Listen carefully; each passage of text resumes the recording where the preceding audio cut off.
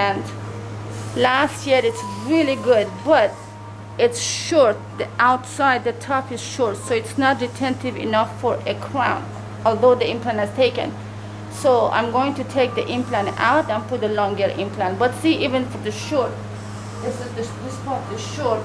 I use the short size, but see how it's taken, all the bone has grown over it.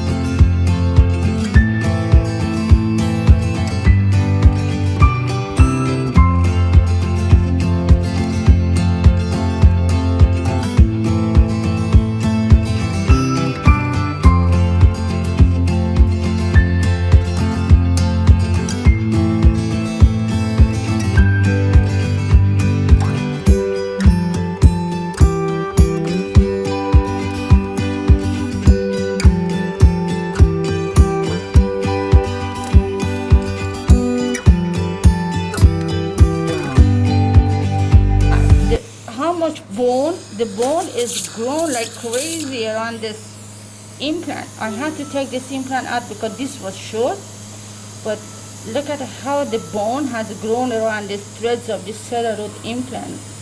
Beautiful. Zirconia loves bone, and bone loves. There's a love relationship between the bone and CeraRoot.